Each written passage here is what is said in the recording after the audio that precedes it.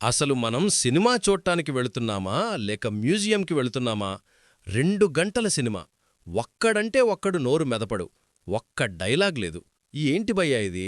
అసలు సినిమా తీశారా లేక ఏఆర్ రెహమాన్ గారి మ్యూజిక్ ఆల్బమ్కి విజువల్స్ ఇచ్చారా?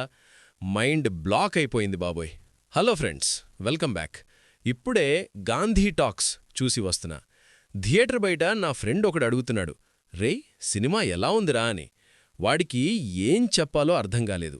ఎందుకంటే సినిమాలో మాటల్లేవు, కానీ నా బుర్రలో మాత్రం 1000 మాటలు తిరుగుతున్నాయి. సినిమా అయిపోయాక కూడా ఆ సైలెన్స్ మనల్ని వెంటాడుతుంది చూశారా? అది ఈ సినిమా స్పెషాలిటీ.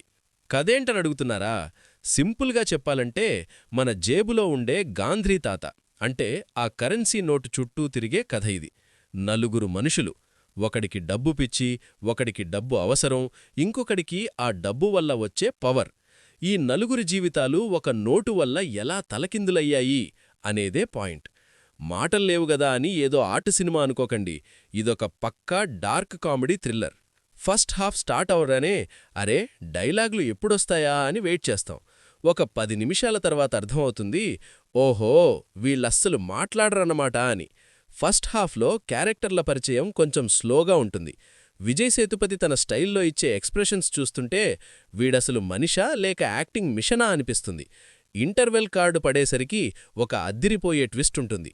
అక్కడ మనకర్థమవుతుంది ఇది కేవలం కామెడీ సినిమా కాదు, ఇందులో పెద్ద క్రైమ్ థ్రిల్లర్ దాగుందని. సెకండ్ హాఫ్లో అసలు ఆట మొదలవుతుంది భయ్యా. గ్రాఫ్ అలా అలా పెరుక్కుంటూ వెళుతుంది. మాటల్లేకపోయినా వాళ్లు పడే స్ట్రగుల్, ఆ ఆశ, ఆ ఆవేదన మనకు క్లియర్గా కనెక్ట్ అయిపోతాయి. క్లైమాక్స్కొచ్చేసరికి సినిమా ఇచ్చే మెసేజ్ ఉంది చూశారా?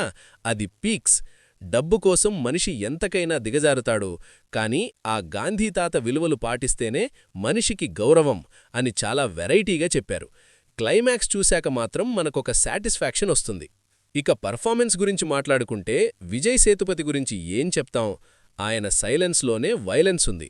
మాటల్లేకుండా కేవలం కళ్లతోనే నవ్వించాడు, ఏడ్పించాడు. ఇక అరవింద్ స్వామి, ఆ గ్రేస్, ఆ విలనిజం, అబ్బబ్బబ్బా! అప్పట్లో బాంబే సినిమాలో చూసిన అదే చామ్ ఇంకా ఉంది. అదితిరావు హైదరీ మాత్రం ఒక దేవకన్యలా ఉంది సినిమాలో. తన ఎమోషన్స్ చాలా జెన్యూన్గా అనిపించాయి. డైరెక్టర్ కిషన్ గారు తీసుకున్న నిర్ణయం చాలా బోల్డ్. డైలాగ్స్ లేకుండా సినిమా తీయడమంటే కత్తిమీద సామే.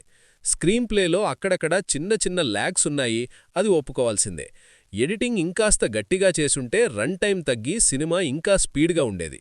కానీ విజువల్స్ మాత్రం చాలా గ్రాండ్గా ఉన్నాయి. ఈ సినిమాకి అసలైన హీరో ఎవరంటే ఏఆర్ రెహమాన్ గారు. ఈయన మ్యూజిక్ లేకపోతే ఈ సినిమా లేదు. ఒక్కో సీన్లో మ్యూజిక్తోనే డైలాగులు చెప్పించేశారు. సాంగ్స్ రావుగాని ఆ బ్యాక్గ్రౌండ్ స్కోర్ మనిషిని సీటుకి కట్టేస్తుంది. సినిమాలో మెయిన్ పాజిటివ్స్ ఏంటంటే ఈ కొత్త రకమైన అటెంప్ట్, రెహమాన్ గారి బ్యాక్గ్రౌండ్ స్కోర్, ఇంకా మన సేతుపతి, అరవింద్ స్వామి గారి యాక్టింగ్. నెగటివ్స్కి వస్తే ఫస్ట్ హాఫ్లో కొన్ని సీన్లు సాగదీసినట్టు అనిపిస్తాయి. మాస్ ఆడియన్స్కి డైలాగులు లేకపోవడం కొంచెం వెలితిగా అనిపించవచ్చు. ఫైనల్గా గాంధీ టాక్స్ అందరికీ నచ్చే రొటీన్ సినిమా అయితే కాదు. ఇదొక ఎక్స్పీరియన్స్. కొత్తగా ఏదో ట్రై చేశారు, అది చాలా వరకు వర్కౌట్ అయింది. మీరు సినిమా ప్రేములైతే, వెరైటీ సినిమాలు ఇష్టపడితే ఖచ్చితంగా థియేటర్కి వెళ్ళండి. పిల్లలతో కలిసి కూడా హ్యాపీగా చూడొచ్చు. నా రేటింగ్ 7.5/10. నాకు ఆ కొత్తదనం నచ్చింది, అందుకే ఈ రేటింగ్ ఇస్తున్నాను.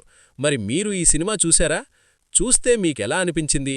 విజయ్ సేతుపతి యాక్టింగ్ మీద మీ అభిప్రాయమేంటి? కింద కామెంట్స్లో చెప్పండి. ఈ వీడియో నచ్చితే ఒక లైక్ వేసుకోండి, సబ్స్క్రైబ్ బటన్ గట్టిగా నొక్కండి. మళ్ళీ ఇంకో రివ్యూతో కలుద్దాం. సెలవు.